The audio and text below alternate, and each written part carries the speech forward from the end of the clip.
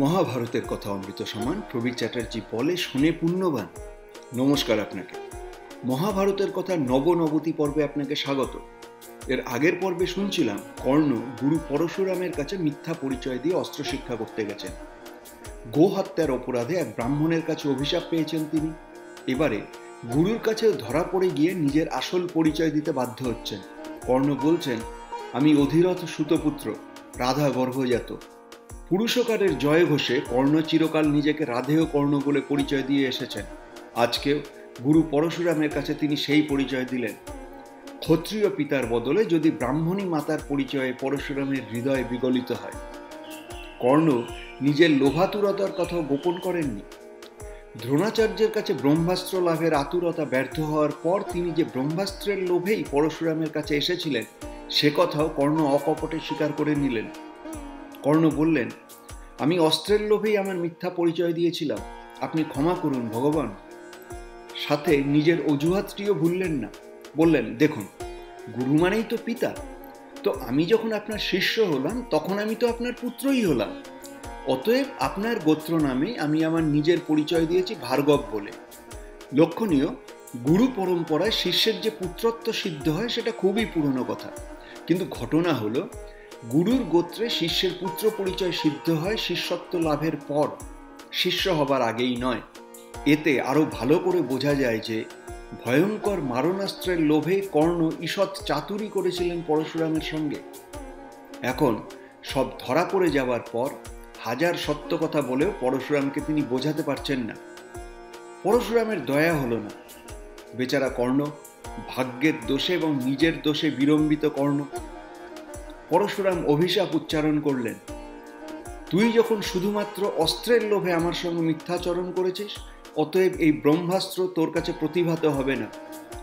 যদি বা অন্য কোনো সময়ে এই ব্রহ্মাস্ত্রের শিক্ষা তোর মাথাতে আসে, কিন্তু বিপন্ন মুহূর্তে যখন তোর বদকাল ঘনিয়ে আসবে তখন এই ব্রহ্মাস্ত্র ক্ষেপণের কৌশল তোর মাথায় কাজ করবে না। তুই মিথ্যাবাদী, তুই অব্রাহ্মণ, অব্রাহ্মণের কাছে ব্রহ্মাস্ত্র কখনো থাকতে পারে না। এই অব্রাহ্মণত্ব যে মিথ্যা ভাষণের ফল সে কথা পরশুরামের আক্ষেপ শুনলেই বোঝা যায়। নইলে ক্ষত্রিয় হওয়া সত্ত্বেও অর্জুন ব্রহ্মাস্ত্র লাভ করতেন না রামায়ণের রামচন্দ্র। শুধু সত্য কথা বলার জোরে জাবালি সত্যকামের ব্রাহ্মণত্ব প্রতিপন্ন হয়েছিল। এখানেও প্রথম মিথ্যাবাদিতা এবং ছলনা কর্ণের অপরাধের মূল, সে কথা আরো পরিষ্কারভাবে বোঝা যায় পরশুরামের পরবর্তী উক্তি থেকে। তিনি বললেন, যুদ্ধে তোর মতো ক্ষত্রিয় এই পৃথিবীতে মিলবে না, কিন্তু তবু তুই এখনই এই আশ্রম ছেড়ে চলে যা, কারণ আমার এখানে তোর মতো মিথ্যাচারীর কোনো স্থান নেই। যাই হোক, মহাভারতের কবি জানাচ্ছেন মহেন্দ্র পর্বত থেকে ফিরে এসেই কর্ণ প্রথম দেখা করলেন দুর্যোধনের সঙ্গে এবং তার কাছে আবারও একটি মিথ্যা কথা বললেন, দুর্যোধন, আমি সমস্ত অস্ত্রে সিদ্ধ হয়ে ফিরেছি। শাশ্বতিক বিরোধ বশে যিনি পাণ্ডব বিদ্বেষী হয়েছেন সেই দুর্যোধন যে পরশুরামের আশ্রম ফেরত কর্ণকে আরো বেশি পছন্দ করবেন তাতে সন্দেহ কি? অতএব দুজনকে পেয়ে পরম আহ্লাদিত হলেন। এখানে যেন কেউ না ভাবেন যে অস্ত্র পরীক্ষার দিনে কর্ণ ধূমকেতুর মতো রঙ্গস্থলে উদয় হয়ে সবাইকে তাক লাগিয়ে দিলেন, তা নয়।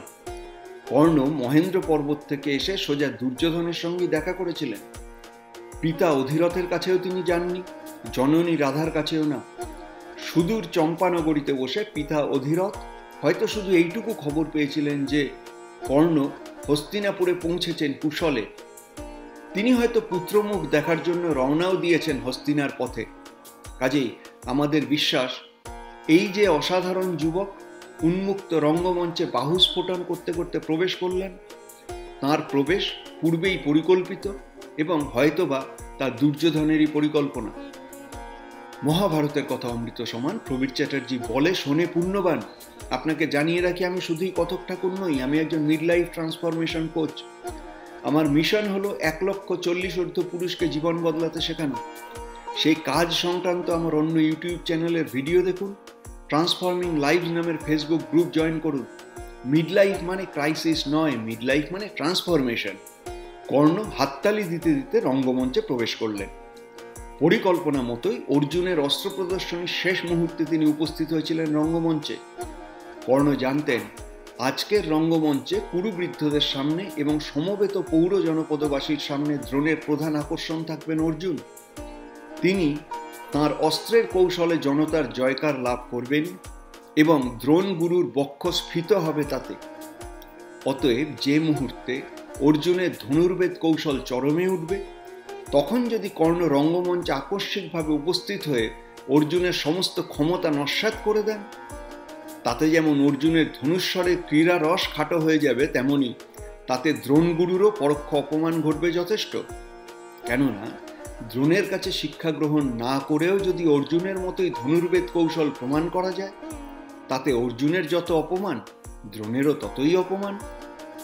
পূর্ব পরিকল্পনা মতো হাততালি দিতে দিতে রঙ্গমঞ্চে প্রবেশ করতেই দুর্যোধনরা 100 ভাই ঘিরে ধরলেন তাঁকে। তাঁদের সাদর অভিবাদন গ্রহণ করতে করতে কর্ণ রঙ্গমঞ্চে প্রবেশ করলেন। হাততালি বা বাহুস্ফোটন করার সময় তিনি দাঁড়িয়েছিলেন দৌবারিকের পিছনে, কিন্তু কৌরব রাজপুত্রেরা কর্ণকে সাদর আলিঙ্গন করার সঙ্গে সঙ্গে দৌবারিকেরা সসম্ভ্রমে কে না কে এসেছেন ভেবে বিস্ময়ে চোখ বড় করে কর্ণকে পথ ছেড়ে দিল।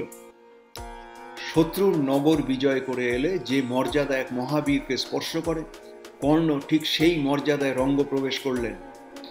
নৃসিংহপ্রসাদ ভাদুরী বলছেন, মহাভারতের কবি সমস্ত মহাকাব্য জুড়ে তাঁর নায়ক অর্জুনের জয়কার ঘোষণা করেছেন বলে শত্রুপক্ষের ওই মহাবীরের ওপর তিনি মোটেই অকরুণ নন। রঙ্গ প্রবেশের সময় কর্ণের শত উদ্ভাসিত চেহারার বর্ণনা দিচ্ছেন মহাভারতের কবি। সেই জন্মলব্ধ সোনার বর্ম কর্ণের বুকে আঁটা রয়েছে, কানের কুন্তল দুটিতে তার মুখখানি শত উদ্ভাসিত, স্কন্ধে ধনুস্বর, কটিদেশে লম্বিত কৃপাণ, সিংহের মতো শক্তিমান লম্বা চওড়া তাঁর চেহারা, আগুনের মতো ব্যক্তিত্ব, এবং তার মধ্যে তাঁর গায়ের রং, মুখের সৌন্দর্য যেন আকাশের সূর্য চন্দ্রকে এক দেহে নামিয়ে এনেছে। রঙ্গ প্রবেশদ্বারের অপর কোটিতে স্ত্রীলোকের মধ্যে বসা এক অসহায় জননী এই যুবক পুরুষটিকে চিনলেন। সেই দীপ্তি, সেই তেজ, সেই সোনার কবচ কুণ্ডল। প্রথম যৌবনের প্রথম অপরাধ নিজের লজ্জা ঢাকবার জন্য এক কন্যা জননী এই যুবক পুরুষকে অতি শৈশবেই জলে ভাসিয়ে দিয়েছিলেন। রাজপ্রাসাদের বাইরে অশ্ব নদীর পাড়ে দাঁড়িয়ে সেই জননী কুন্তী সমস্ত দেবতার কাছে সকরুণ প্রার্থনা জানিয়েছিলেন তার ছেলেটি যেন বেঁচে থাকে। ছেলে তার বেঁচে আছে, কিন্তু এ কি হলো আজ? পুত্রকে জীবিত দেখে তাঁর জননী হৃদয়ের সমস্ত বাৎসল্যের সঙ্গে এক অজানা ভয় তাঁকে যে প্রায় অবশ করে তুলেছে। তাঁর কন্যাবস্থার প্রথম পুত্রটি তাঁরই গর্ভজাত আরেক সন্তানের প্রতিযোগী হয়ে রঙ্গমঞ্চে প্রবেশ করছে। ভাই ভাইকে চিনতে পারছে না।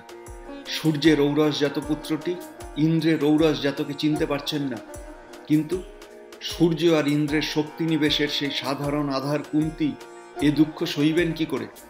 তিনি অবশ হয়ে পড়ছেন।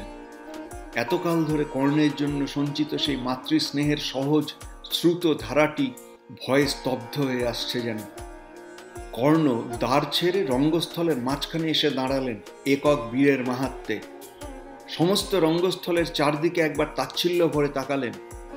দ্রোণাচার্য এবং কৃপাচার্যের দিকে এক সেলাম ঠোকার মতো করে প্রণাম জানালেন চরম অনাদরে, অবহেলায়। ভাবটা এই, তোরা আবার গুরু, যা শিখতে চাইলাম শেখালি না, কিন্তু কি করতে পেরেছিস আমার? যা শেখার তা আমি শিখে এসেছি। কর্ণ অর্জুনের দিকে ঘুরে দাঁড়ালেন সামনাসামনি, বললেন, অনেক তো খেলা দেখালে বাপু, দেখালে যেন কত বিশেষ বিলক্ষণ অস্ত্র যোজনা তুমি জানো। তুমি যা ক্ষমতা দেখিয়েছ তাতে নিজেকে নিয়ে অত অবাক হয়েও না কিছু, কারণ যা যা তুমি করে দেখিয়েছ তার চেয়ে অনেক বেশি কায়দা কেতা আমি সবার সামনে করে দেখাবো। কর্ণের কথা শুনে রঙ্গস্থলের সমবেত জনতা একবারে লাফ দিয়ে দাঁড়ালো। বলে কি লোকটা, অর্জুনের থেকেও বেশি করবে? অর্জুনের অস্ত্র চালনার কৌশল দেখে তাদের মনে যে ঘোর লেগেছিল সেই ঘোর এক মুহূর্তে কেটে গেল। দর্শকের এই ভাব পরিবর্তন দেখে দুর্যোধন ভারী খুশি হলেন। অন্যদিকে সবার সামনে, আচার্যের সামনে, কৌরবদের সামনে এইভাবে নস্যাৎ শব্দ শুনে যুগপৎ লজ্জা এবং ক্রোধে আরক্ত হয়ে উঠলেন অর্জুন। তবে কিনা কৌশল দেখাবো বললেই তো দেখানো যায় না। রঙ্গভূমির একটা শৃঙ্খলা আছে। এই অস্ত্র রঙ্গ প্রদর্শনীর মূল হোতা যেহেতু দ্রোণাচার্য, কাজে তিনি এখানে সব।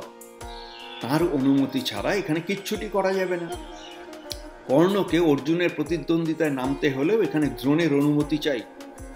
অর্জুনের প্রতি পূর্ব পক্ষপাতে এবং আপাতত কর্ণের তাচ্ছিল্যে দ্রোণাচার্য এই অনুমতি নাও দিতে পারতেন, কিন্তু তিনি দিলেন, অনুমতি দিলেন। তারপর কি হলো সে গল্প শুনুন মহাভারতের কথার ১০০তম পর্বে। মহাভারতের কথা অমৃত সমান, প্রবীর চ্যাটার্জি বলে শোনে পুণ্যবান।